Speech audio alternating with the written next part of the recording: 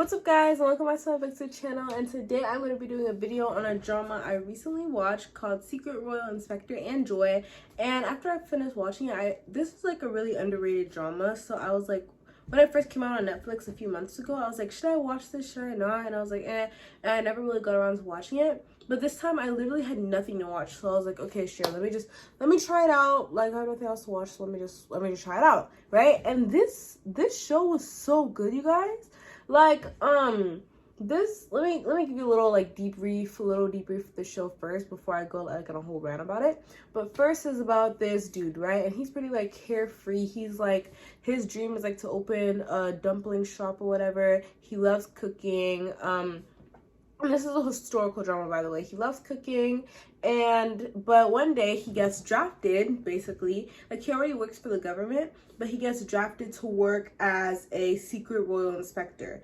And when all of his little coworkers, his little friends hear about it, they're like, what? Oh my gosh, this is literally horrible. Like, all the other secret royal inspectors have literally died. Like, what's gonna happen to you? But while he's on the job, he meets this woman, and she wants like a divorce, which back then, like in the Joseon era, this was like a huge thing. Like, it was super hard for a woman to get a divorce. But she wanted a divorce because like she got married when she was young. Her mother-in-law doesn't really treat her well, whatever. And so they end up meeting, and then she ends up with like she ends up as part of like their little gang, and she helps him to solve his little case. And so it starts with like one little murder, but it turns into this huge conspiracy. There's a lot of politics going on. It's like a little bit of a thriller. It's a historical drama. It's romance. There's a lot of like politics going on, like I said. And there's some themes of like corruption, and there's a lot of corruption actually, obviously, because like there's like politics and stuff. There's like a lot of friendship. They're like found family, like doing what's right, doing what's wrong, how like learning to survive, or like stuff like that. There's a lot of like pretty deep undertones under there, but it's a really good drama. I really liked it. So if you guys like are thinking about something to watch, it's on Netflix, K-drama, and this sounds kind of interesting to you, then go ahead and check it out. Plus the romance, like, this is surprising to me because I usually like dramas. Actually, I have a pretty like diverse dramas that I like. But I like dramas that where romance is like the main plot, but I'm also fine with dramas where romance is like the subplot, as long as it's done well. Because sometimes the romance is a subplot and the plot isn't good enough. Like, the main plot isn't good enough to keep me like hooked. So I'm just skipping all the parts with the main plot, and I'm just like, I'm literally only watching the drama for the romance. And I usually hate it when that happens, because it's like, most of the drama is the main plot. But if the main plot isn't good, then it's like I'm just watching for the romance, and that's only a small part of the drama. So most of the time I just end up like DNFing the drama, and I'm just like, there's no point, because I'm literally watching a whole hour and 20-minute episode just for 10 minutes to be romance. Like, what's the point? And the rest of the hour and 10 minutes aren't even interesting. But this drama did it really well. I really liked like the romance. They had a lot of good chemistry.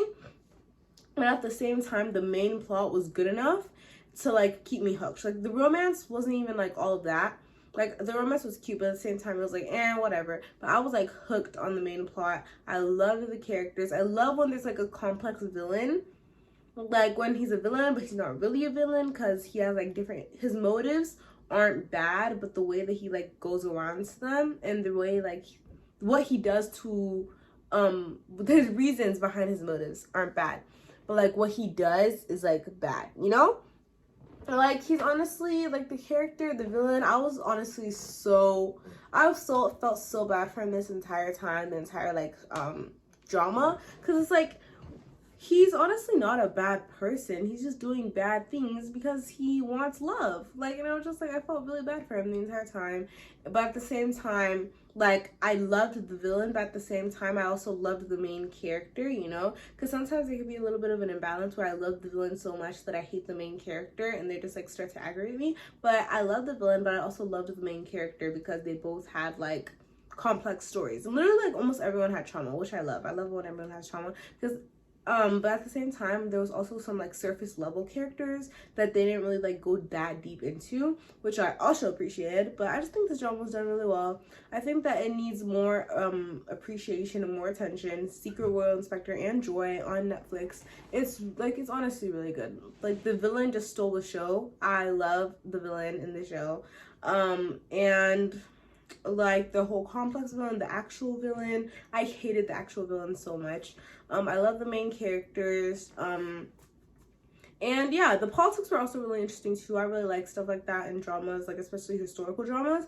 Like, I love the little complex like politics, government, corruption, stuff like that going on. Like, it's just so interesting to me. So if you like stuff like that, I definitely think you should watch it. There was a lot going on, and there was a good twist. So again, you like romance, you like a little bit of thriller, a little bit of politics, corruption, stuff like that. You like a complex villain.